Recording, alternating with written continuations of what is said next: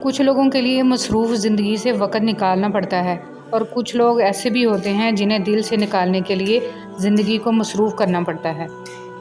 بند آنکھوں سے نظر آنے والے لوگ وہ ہوتے ہیں جو دل کے اس کونے میں بستے ہیں جہاں سے محبت جنم لیتی ہے۔ لوگوں کو کھونے سے نہ ڈرو اس بات سے کہیں تم لوگوں کو خوش کرتے کرتے خود کو نہ کھو دو۔ میں نے دل میں سوچا، جب بھی روح لاحاصل محبت کرتی ہے یہ دیوانے پن سے کیوں ہمکنار ہو جاتی ہے؟ کیا روح ہمیشہ لاحاصل راستوں پر جانا پسند کرتی ہے؟ کیا اس کے لیے دیوانگی کے سوا کوئی اور پناہ نہیں؟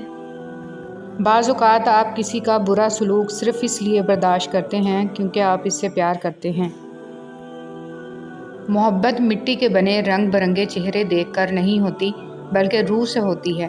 کبھی کبھی خوبصورت چہروں سے بھی نہیں ہوتی، اور ہو جائے تو کسی عام سے چہرے سے بھی ہو جاتی ہے، اور وہ ہمیں دنیا کا سب سے خوبصورت چہرہ لگنے لگتا ہے۔ محبت کا خوبصورتی سے کوئی تعلق نہیں۔ تمام رشتوں میں سب سے کمزور رشتہ تمہارے جسم اور تمہاری روح کا ہے، نہ جانے کس وقت اور کہاں ٹوٹ جائے۔ اپنی زبان سے نکلے الفاظ کی ذمہ داری تو ہم لے سکتے ہیں، لیکن سمجھنے والے کی سوچ کی ذمہ داری کسی طور پر نہیں لی جا سکتی۔ کالی اینک لگا کر دنیا کو کالا کہنا کچھ لوگوں کی تربیت میں شامل ہوتا ہے۔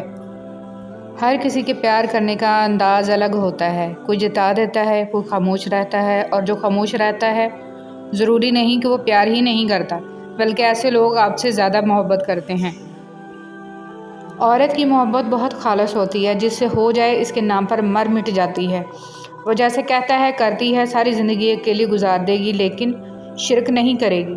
یہی اس کی خوبی ہے اور نیک ہونے کی نشانی ہے، جس سے ایک بار جڑ گئی اسی کی ہو جاتی ہے، پھر کسی اور کا سوچنے سے پہلے وہ مرنا پسند کرتی ہے۔ جس محبت میں کھونے کا ڈر نہ ہو وہ محبت سچی نہیں ہوتی۔ آپ جس کے ساتھ جتنا مخلص ہوں گے وہ آپ کو اتنا ہی زوردار تھپڑ مارے گا کہ آپ کی مخلصی بھی حیران رہ جائے گی۔ جب کبھی اچانک دل اداس ہو جائے تو وہ روح کے مرمت کرنے کا لمحہ ہوتا ہے، اور سنا ہے کہ توبہ کرنے سے روح کی مرمت ہو جاتی ہے۔ ہر رشتے کے لیے اور ہر محبت کے لیے ایک خاص وقت مقرر ہوتا ہے، وہ وقت گزر جائے تو رشتہ اور محبت ختم ہو جاتی ہے۔ سخت رویے بات تو منوا دیتے ہیں مگر دلوں میں فاصلے بڑھ جاتے ہیں۔ جب ساتھ رہنا ہو تو دونوں طرف رویوں میں لچک ہونی چاہیے، کچھ منوا لیا کچھ مان گئے، یہی مثبت رویہ رشتوں میں تازگی کو برقرار رکھتا ہے۔ جہاں انا ہو وہاں صرف پچھتاوا اور تلخیاں ہوتی ہیں۔ کچھ عرصہ کے لیے رابطے میں پہل کرنا چھوڑ دیجیے، آپ کو معلوم ہو جائے گا کہ آپ کتنے مردہ پودوں کو پانی دے رہے ہیں۔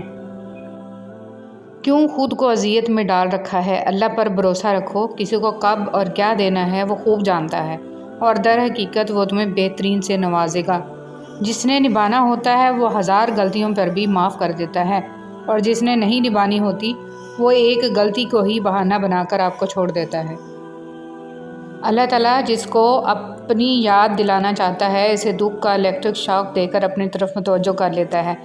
دکھ کی بھٹی سے نکل کر انسان دوسروں کے لیے نرم پڑ جاتا ہے، پھر اس سے نیک اعمال خود بخود اور بخوشی سرزد ہونے لگتے ہیں۔ دکھ تو روحانیت کی سیڑھی ہے، اس پر صبر و شکر ہی چڑھ سکتے ہیں۔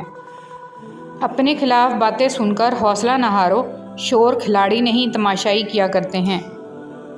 وہ لوگ جو کسی کا برا نہیں چاہتے، اللہ تعالیٰ ان کو ایسی منزلیں عطا فرماتا ہے جو ان کے گمان میں نہیں ہوتیں۔ تم ہر شخص کو خوش نہیں کر سکتے، بھلے تم اپنا سکون کسی کے لیے کتنا ہی برباد کیوں نہ کر لو، پھر بھی وہ شخص تمہاری نیت یا تمہاری مخلصی میں کوئی نہ کوئی نقص نکال ہی لے گا۔ اگر آپ نے اپنی چاہ میں کوئی کسر نہیں چھوڑی مگر آپ کا ساتھی پھر بھی آپ سے خوش نہیں تو اسے آزاد کر دیں، اسے ڈھونڈنے دیں آپ سے بہتر۔ یقین کریں محبت ٹھکرانے والے کی طرف محبت کبھی پلٹ کر نہیں آتی۔ شریف عورت جس سے ایک بار جڑ جائے بس پھر وہی اس کا سب کچھ ہوتا ہے، کسی اور کے سائے کا تو سوال ہی پیدا نہیں ہوتا۔ جان دے دے گی لیکن شرک کا خیال تک نہیں لائے گی۔ میری امی نے مجھے سکھایا ہے کہ بیٹی لڑکی کتنی ہی پڑھی لکھی یا ماڈرن کیوں نہ ہو جائے، ننگے سر بری لگتی ہے۔